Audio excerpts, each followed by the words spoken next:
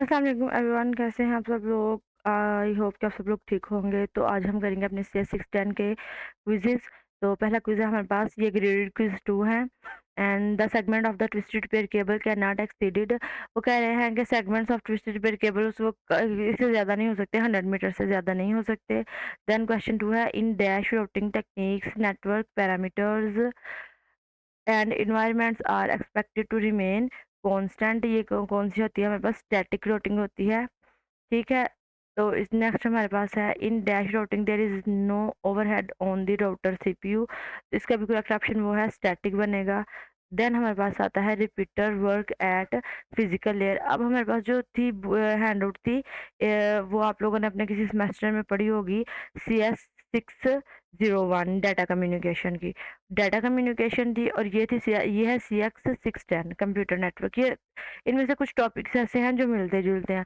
और उनमें जो लास्ट टाइम हमारे मिड्स और फाइनल हुए हैं, उनमें से जो है ना, लेयर्स वाले बहुत क्वेश्चन थे कि ये जैसे है कि रोटर कौन सी लेयर पे काम करता है, और इस तरह के लेयर्स वाले क्वेश्चन। और मुझे इस टाइम ऐसा लग रहा है कि इस दफ़ा भी हमारे पास आएंगे, जैसे लेयर 1 होती है, लेयर 2, लेयर 3।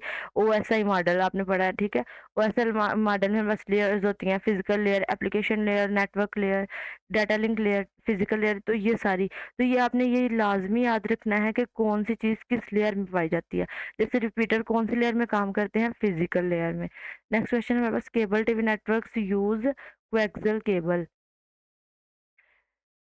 देन हमारे पास आ जाता है next question, which of the following connector is used with the coaxial cable.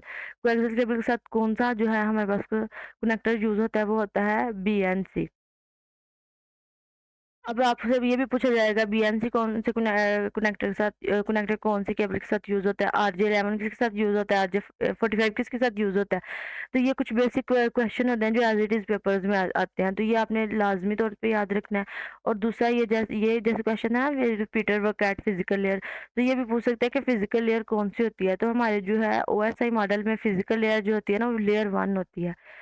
Then हमारे पास आ जाता है क्वेश्चन नंबर 7, रूटर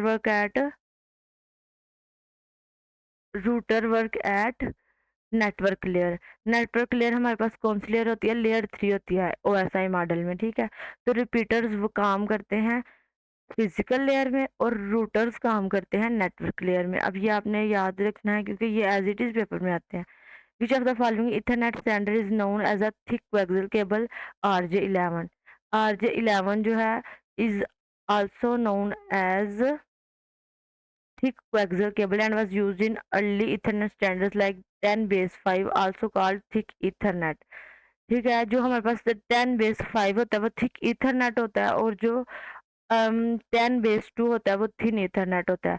और जो हमारे पास ये थिक ईथरनेट है ना, थिक कोएक्सियल केबल है, ये RJ11 है। अगर थिन कोएक्सियल केबल पूछ लें तो वो हमारे पास होती है RJ58। ये जो हमारे पास फोर्थ वाला ऑप्शन है RJ48, ये थिन कोएक्सियल केबल के लिए यूज होगी। सेकंड लास्ट है, dash is an intelligent device that connect computer in a network hub. तो ये इसका जो ये स्विच है। तो switch is an intelligent device that connect computer in a network, it operate at data link layer. अब वो ये भी पूछ सकते हैं कि स्विच कौन सी लेयर पे काम करता है? तो ये डाटा लिंक लेयर पे काम करता है। डाटा लिंक लेयर हमारे पास लेयर 2 होती है इन OSI मॉडल। तो ये जो है ये थोड़े से कंफ्यूजिंग होते हैं लेयर्स वाले। ये याद रखना कि लेयर 1 कौन सी है, लेयर 2 कौन सी है, लेयर 3 कौन सी है, और को क्या क्या कौन कौन सी लेयर में काम कर रहा है। ये बस थोड़ा सा कंफ्यूजिंग है, इतना मुश्किल नहीं है लेकिन कंफ्यूजिंग है। लेकिन ये याद करना कि जैसे हमारे पास रिपीटर्स हैं, वो कौन सी वो कौन से वो फिजिकल लेयर में काम करते हैं, रूटर्स जो है वो नेटवर्क लेयर में काम करते हैं, और जो स्विच है वो हमारे पास डाटा लिंक लेयर में काम करता है। लास्ट क्वेश्चन मेरे पास, in dash routing all jobs are done automatically by routing protocols. तो इसका करेक्ट ऑप्शन है, in dynamic routing all routers are done automatically, or jobs are done automatically by routing protocols. ठीक है, ये इसका correct option बनेगा।